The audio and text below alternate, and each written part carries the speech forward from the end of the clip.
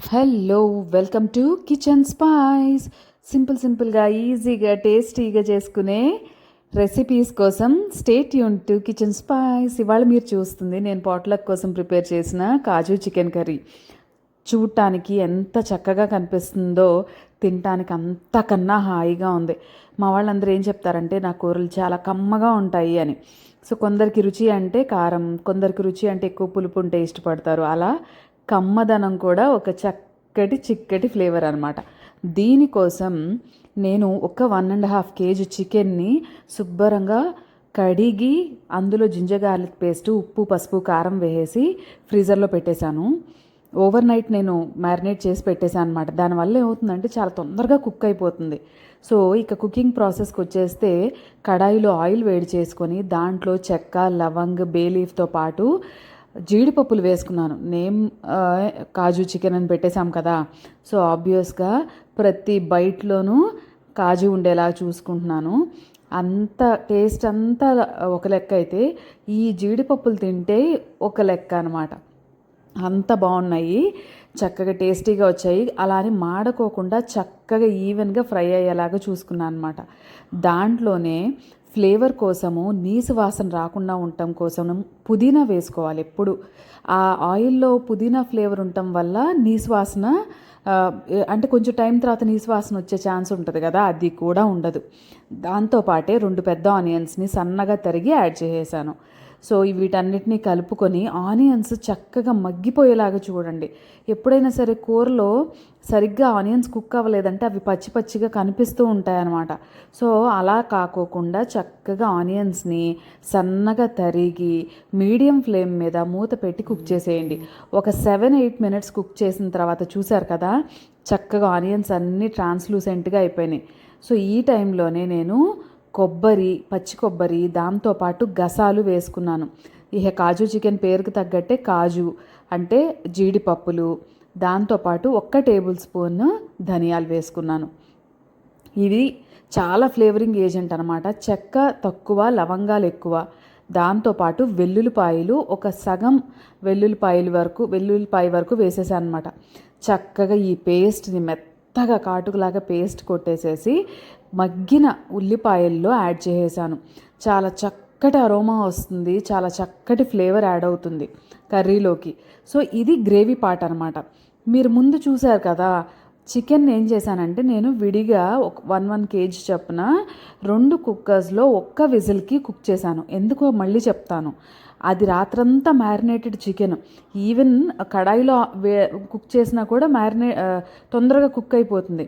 So నేనేంటంటే time constraint కదా మనకి, సో తొందరగా కుక్ చేసేసుకోవాలి అనే ప్రాసెస్లో ఏం చేశానంటే చికెన్లో 1 టేబుల్ స్పూన్ కర్డ్ వేసి నీళ్లు పోయికోకుండా 1 విజిల్కే ఉడికించాను అనమాట.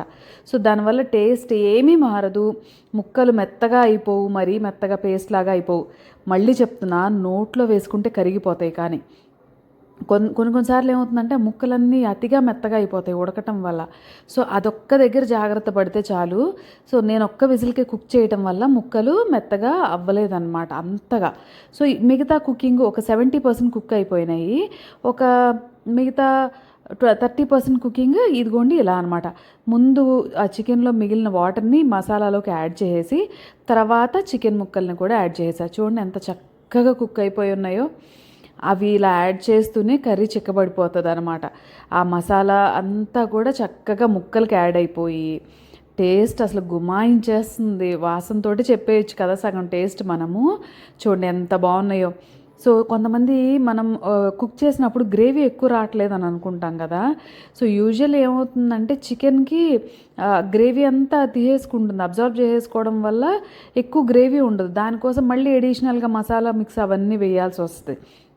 అవి లేకోకుండా చక్కగా కొబ్బరి గసాలు వేసాం కదా, దాంతోనే చిక్కదనం వచ్చేస్తుంది. పైగా ముందు నేను గ్రేవీ పార్ట్ ప్రిపేర్ చేసుకున్నాను కాబట్టి.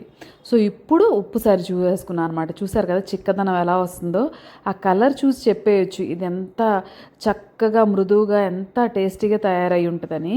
ఒక 3-4 మినిట్స్ కుక్ చేసిన తర్వాత కొంచెం గరం మసాలా పౌడర్ యాడ్ చేసేసాను అనమాట. ఉంటే చికెన్ మసాలా యాడ్ చేయండి, లేదంటే గరం మసాలా యాడ్ చేసుకోండి. మీ టేస్ట్కి మీ కారానికి తగ్గట్టు కారం అడ్జస్ట్ చేసుకోండి. కొందరికి ముందే చెప్పాను కదా, కమ్మదనం అంటే చాలా చాలా రకాలుగా ఉండొచ్చు. కొంతమందికి కారంగా ఉంటే నచ్చుతుంది, కొంతమందికి మైల్డ్ స్పైస్ నచ్చుతుంది. సో మీరే కేటగిరీకి చెందుతారో చెప్పండి నాకు. చూడండి, టేస్ట్ చూశాను, ఎంత బాగుందో, గ్రేవీ అంతకన్నా బాగుంది. నాకు వచ్చిన ఫీడ్బ్యాక్ ఇంకా బాగుంది.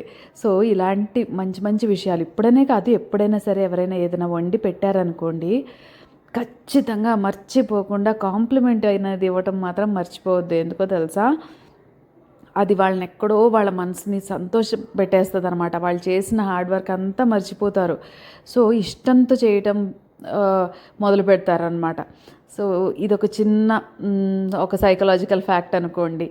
నచ్చిందా? తర్వాత ఇదిగోండి, నాకు సరిపడినంత, నేను తినగలిగినంత కారం యాడ్ చేసుకొని ఉప్పు సరి చూసుకున్నాను 1-2 సార్లు. యూజువల్లీ మనం తీసుకెళ్ళేటప్పుడు, ప్యాక్ చేసుకుని తీసుకువెళ్ళేటప్పుడు ఉప్పు కానీ కారం కానీ కొంచెం ఎక్కువ వేసుకుంటే ఏమవుతుందంటే చప్పగా అయిపోదు. నేను మళ్ళీ చెప్తున్నాను కదా, తక్కువ స్పైస్ తినేవాళ్ళు మీ ఇష్టం, ఎక్కువ స్పైస్ తినే వాళ్ళకి కొంచెం ఎక్కువ వేసుకుంటే అదేమంటే ముక్కలకు పట్టేసేసి చప్పదనం రాకోకుండా ఉంటుంది. ఎక్స్ట్రా గీ కానీ ఏమి ఆయిల్ కానీ నేనేం యాడ్ చేయలేదు. చూడండి, కర్రీలోంచి ఎంత చక్కగా ఆయిల్ లూజ్ అయిపోయిందో, చాలా చాలా టేస్టీగా కూడా ఉందన్నమాట. ఇన్ని ఇంగ్రీడియంట్స్ వేసిన తర్వాత టేస్ట్ అనేది కామన్గా ఉంటుంది. కాకపోతే ఏంటంటే వండేటప్పుడు చక్కగా ఈ ఈ రెసిపీని చూసుకుంటూ వండారంటే 2 నిమిషాల్లో అయిపోతుంది పని కూడా.